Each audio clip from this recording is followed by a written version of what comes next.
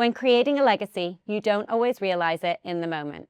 Let's hear from a leader whose service has shaped this community and whose legacy will continue to be felt for years to come. Well, welcome everyone. Welcome to SchlickArtTV. I am here with the incomparable Marlee Laufer, whose career here in Santa Clarita, whose legacy here in Santa Clarita, whose philanthropy here in Santa Clarita can be matched by none. We are so excited to have you on SchlickArtTV today. Thank you so much for being here. I'm delighted. Thank you. This is awesome. So you've got some pretty big news coming down the line, which I'm pretty sure a lot of people in the community already know. But what's going on right now, Marlee? Well, I made a decision a little while ago that I was going to retire this year. So I'm retiring June 19. Although I'll stay involved in the community and the hospital and various projects. But yes, deciding to take a little time for me. Congratulations, and well deserved. You've had a long career here in Santa Clarita, but also it feels like a fast career in Santa Clarita as well. Like you've done so many things, but it feels like it feels like just yesterday. Like, to me, I knew you from Newhall Land and Farming before Newhall Land and Farming became 5 Point, Yep. And then the hospital and what have you. And that feels like it was 4 years ago. Well, let me tell you, for me, it feels like a blink of an eye. I mean, Right. it has really gone fast. That's and I've been amazing. very, very fortunate. That's awesome. So tell me something. Where did your career here in Santa Clarita begin? Did you grow up here? Tell me about how all this started. Sure. So I went to college at UCLA. I did not grow up really in California. I moved to California when I was in high school. And then after college, wanted to stay in the Southern California area. My first job out of college basically was with a state legislator, a wonderful man named Tom McClintock. I was his chief of staff. I was the youngest chief of staff in the state of California for Tom, who was the youngest state assemblyman in the state of California. So we kind of grew up in politics together. This was in Ventura County. And so I moved there as a young person out of college to run his office and basically connect him to his constituents and their needs. And in doing that, I realized what a community really is. I went to Rotary Club meetings to present positions. I saw what the Seroptimists do in town. I saw the importance of a Chamber of Commerce, worked with all of those organizations and realized that's what makes a community. So I was there for 6 years or so and then realized I wanted to get into the private sector. And a position came up with a company called Newhall Land.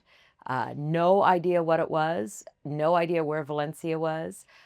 Kind of had heard of Magic Mountain. That was sort of the extent of my Southern California experience. Drove from Ventura County here to interview, and the rest is history. It was just the perfect job. Wow. So what position were you applying for then? So initially it was community relations, which included media relations and some government affairs.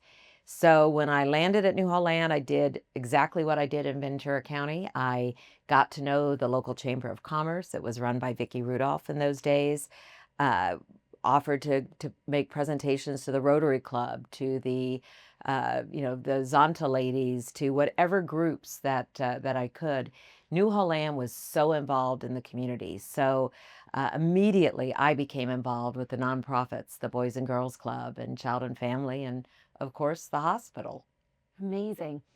So even though this was part of your job when you were working for the Assemblyman and then part of your job when you were working for Newhall Land and Farming, I believe that your part in this community also was a sense of personal duty. You didn't just do it because, oh, well, my job expects me to be a part of this. Do you feel like it was, part of who you were as a person? Absolutely.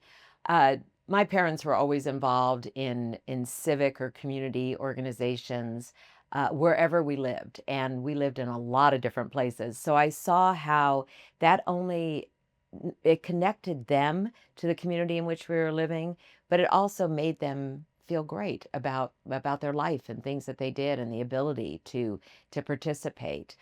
I am not a big believer in using the phrase giving back, because I feel like that means you got something or you took something. I just think you should give. And Yeah. sometimes giving might be a very small, element, or it might be something very large and dramatic. It depends on where you are in your life and what you can do. So for me, I was so happy the company encouraged it and supported it, but I would have done it anyway. Yeah. Yeah. I feel like we're very alike in that sense. We created SchlickArt, and we know we're getting from the community, from what we're creating here and who we serve for what we do. Running a business, if you're running a business and owning a business, to me, you're receiving whether you like it or not, Right. so to speak. So I feel like it's my civic duty. I feel like it's part of who I am as a person to want to help people.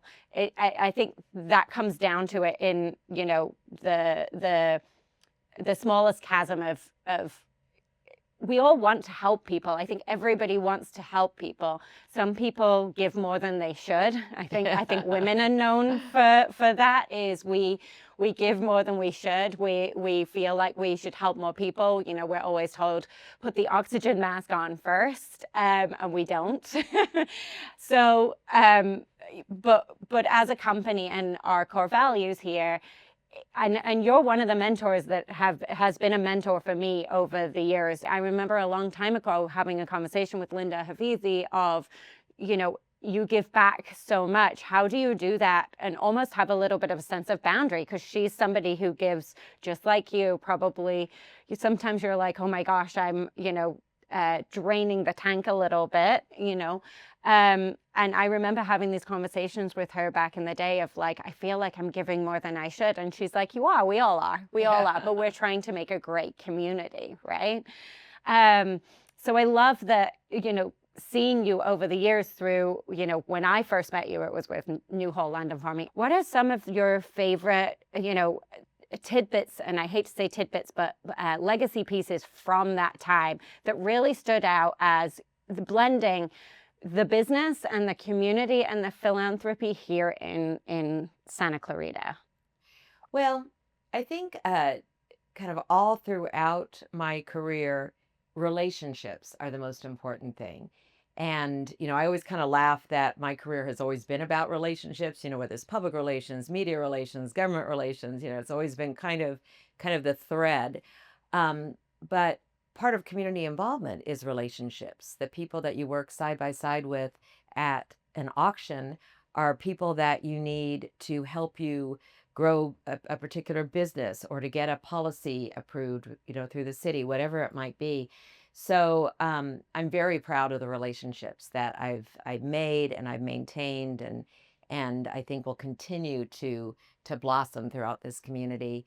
But at Newhall, one of the best things about Newhall Land was the commitment to the vision.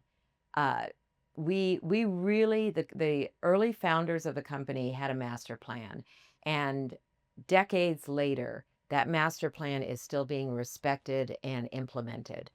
The connections to the paseos, the parks, the jobs, the recreation, the commercial, it's all so important. And so being part of that and being able to make sure that every neighborhood we built continued to be connected to the greater part of it was really important to me. Santa Clarita really does have a vision for where it is and what it's going to be. And, it's so amazing how 5 Point, the city, the EDC, the business community, the chamber have all bought into this to sustainably grow and it feels like to me ethically grow. And I think that's one of the reasons why business owners stay, why aerospace is cultivated here in this town, why the people who work at the city, no matter what level they're at, it seems like everybody feels that same sense of let's build it in the right way. Mm-hmm. Yeah. When I was at Newhall, one of, obviously from a marketing standpoint, I oversaw the marketing after a while there at Newhall, both for the community as well as working with our builders that were within. And so every few years we would come up with kind of a tagline for the company from a marketing standpoint. And one that I think has the most resonance with me for Newhall Land was Built as Promised. Valencia, Built as Promised. And I think even though that tagline has evolved and, they're doing other marketing messages now, that is sort of a hallmark of the company that I worked for and this community. If we say we're going to do something, we do it. What were your favorite projects as part of that? And, how could you see the way this was going to impact the community when it comes to us talking about vision, right? Because everything was done with vision. Yeah. So the idea of Valencia is that there's something for everybody in it. So when Newhall Land started Valencia, and way predates me, but the idea being that there would be apartments, there would be condominiums, there would be single family homes of all sizes. So depending on where you were in your stage of life, you might start out in one home, move up, maybe move back down as time goes on. So that's why every neighborhood has a little bit different feel. But most every neighborhood has the array of homes. So even in West Ridge, which is some of our largest estates, there are condominiums and apartments as well. So every neighborhood was built for a little bit of everything. For me, my favorite project, there's really two of them. My all-time favorite project was working on Valencia Town Center. And the people that were here in the mid-1990s when that opened, that was a very special place. Our goal was to make it a place that did not feel like a mall from any neighborhood. It would be unique to Valencia. We had artwork that was Santa Clarita Valley related. We had history. We involved school children in making tiles that we put around an amazing carousel that was there. It was very unique. Retail changed. It got sold to Westfield and then sold since. And retail has changed dramatically, so it doesn't have the same character that it did when it first opened. But that was a lot of fun to work on that project. My other favorite is Bridgeport. And to this day, that is still where I go when I want to just kind of relax. I'll go walk around the lake. Just take in the beauty. I really, really love that neighborhood. I would agree. It's one of our favorite spots as well. It's kind of like a bucket list item, right? Yeah. I think everybody's got at some point I want to live in Bridgeport. I have a couple of friends who are like, yeah, we're all as women are just going to move into one house. One big house, yeah. It's a community of women on Bridgeport. What happened when you transitioned to the hospital? Tell me about that. That was an interesting time. And I love Newhall Land, respect 5 Point, enjoyed working with them. But you kind of get to a point in your career where you're like, I might need to try a little something different. So I had been on the foundation board when I first moved out to the Santa Clarita Valley, chaired the foundation board, did a lot of work with them on fundraising as a volunteer. And at some point was asked to move to the governing board. So I was on the hospital governing board. And so really knew and understood the role of the hospital, the vision of the hospital, the integrity of the hospital leadership. And so I was asked when Diana Vos retired if I wanted to take over the foundation, but also take over the marketing and communications program. And I was already heavily involved in the marketing program. I helped to hire Patrick Moody, who is just amazing. He's amazing. And so I already, felt comfortable about the way the hospital was going from a marketing standpoint, knew I could add and guide that a little bit, but was excited about learning fundraising because I had been involved in giving money myself, in giving money from the company, asking other businesses to support different nonprofits, but had never led a fundraising program. So I was very excited to add that to my repertoire and learn from the people that were at Henry Mayo on how to do it even better. What initiatives and what messaging and what core values did you want to create over there when you first joined? I really wanted to make sure that the hospital remained very connected to the community. So from our marketing efforts, we really wanted to make sure that we were reaching a broad group of people. So we increased our digital e-news is what we call it. So we have a very large reach in the community. We increased some of our direct mail. Social media was still young when I joined. I mean, it had obviously been around, but we figured out ways to utilize it even more so that we could target, specific markets. We were just in the infancy of our cardiovascular program. It had just opened a few years before I joined. So we really marketed those services because when the hospital got started, this was a very young community. A lot of folks moving here to start their families. We've all aged. I'm an example. We all aged. So a lot more people were using cardiovascular services and some of our others. So really focusing on sharing that story. I'm a big believer in testimonials. The hospital can say all the great things that we do.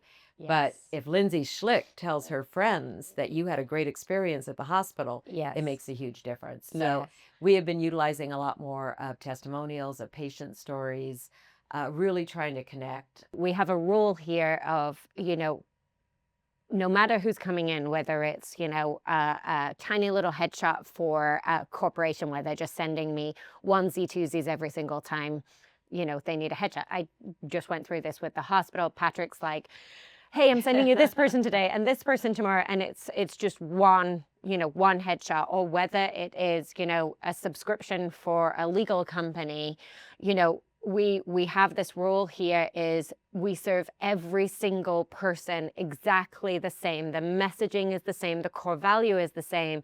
And from that, you naturally get great testimonials. You naturally get great referrals because everybody's experience, somebody's not gone in and gone, wow, I just had the most amazing experience over there.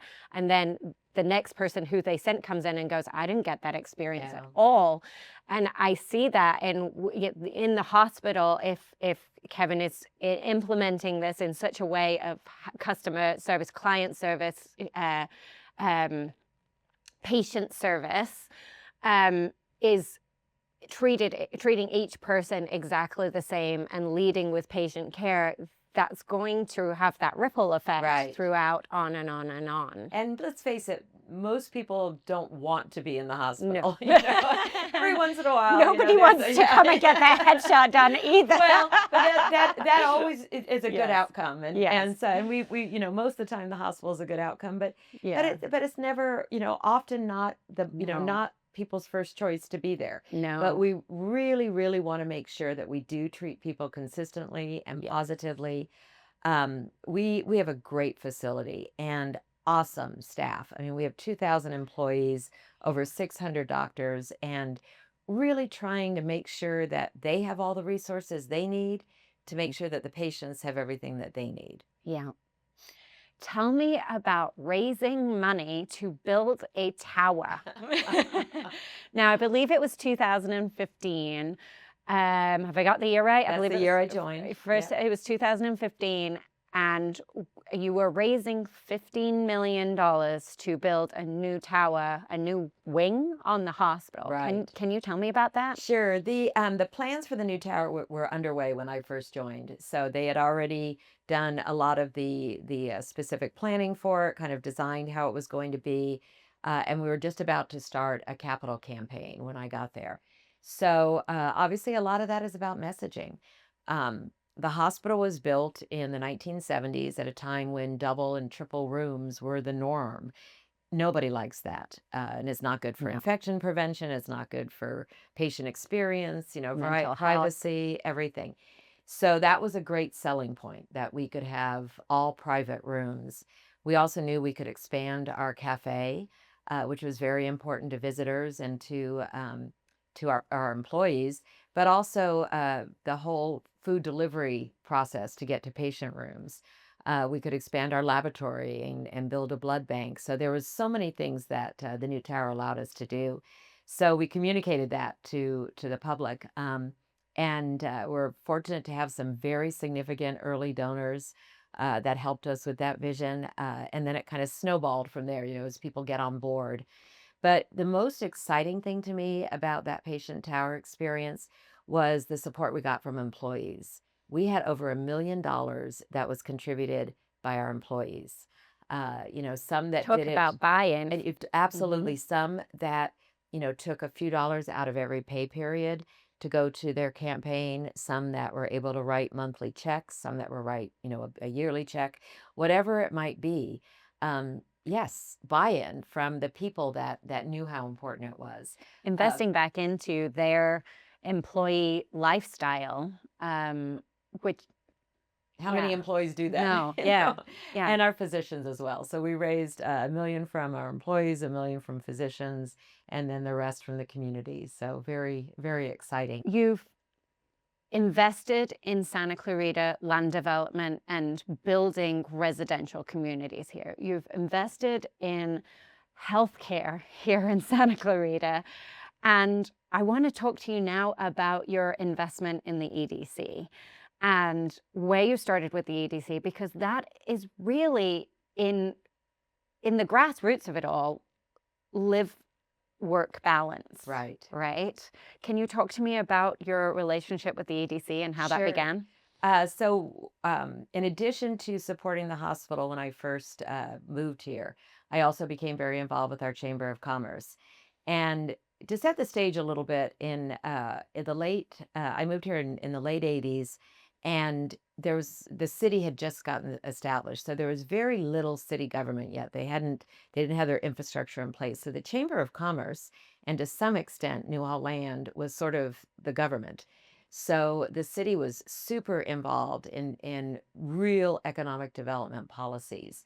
So I got involved with the chamber. I actually chaired the chamber, ended up chairing the chamber for 4 years because my chairmanship was around the time of the earthquake. And so with all of those issues, I stayed in place They there. very much put the right person in the right job when things happen. The earthquake was an amazing time of the community coming together, but that's Yeah. another story. But so business growth has always been very important to me, because no matter how great a place this is to live, if you don't have economic development, nothing else falls into place. You need Yeah. the sales tax revenue, you need employment. You don't want people driving into downtown Los Angeles for work every day. That's not good for a quality of life. So employment growth was always critical. So the chamber at some point decided they wanted to work on a broader economic development initiative. So I was part of a group that would gather in Poole and Jaffrey's conference room and try and figure out how we could do a public-private partnership involving the city, the county, major employers, and come together to really improve the job market in the Santa Clarita Valley. And so that happened, 16 years ago, I think. Yeah. You've been involved making impact in the hospital. You've been involved making impact in jobs here in Santa Clarita, education. What's one of your favorite, whether it's an event or time or place that you've given, something that really sticks of, I really enjoyed doing that? Years and years ago, before I worked for the hospital, I was asked to be a donor for our emergency room expansion then. And it was a reach for me. I was early in my career. I was like, oh, I don't know if I can give this much money, but I figured out how to do it. And when I walk by our emergency department and I see my name on a little plaque there, that gives me a great deal of pride. It isn't super visible to people, but it's important to me. Yeah. Last year I was honored by COC for the Silver Spur Award. And as part of that award, they raised money for a scholarship for nursing students. I wanted to make sure that we tied COC to the hospital even more. And so I went the other day to the pinning ceremony for the nurses, where two women got a scholarship in my name to continue on their nursing career. So that like those are the things that, that really bring a lot of joy to me. You see all your work come to life, and it's you visually see it. You see it in those women, right? You see it in a plaque with your name on it, and it's the Hollywood. I saw my name in lights, and it's but a little light. Yeah. But no matter how small, you see your legacy standing right in front of you, and that is everything. Talking of branding and marketing, and both of our backgrounds have been heavy in that circuit of storytelling. It's the line of, what do people say when you're not in the room? What's your brand legacy? That's an interesting question. I think if I were to have a brand legacy, I think what I would like it to be is all about connections. Yes.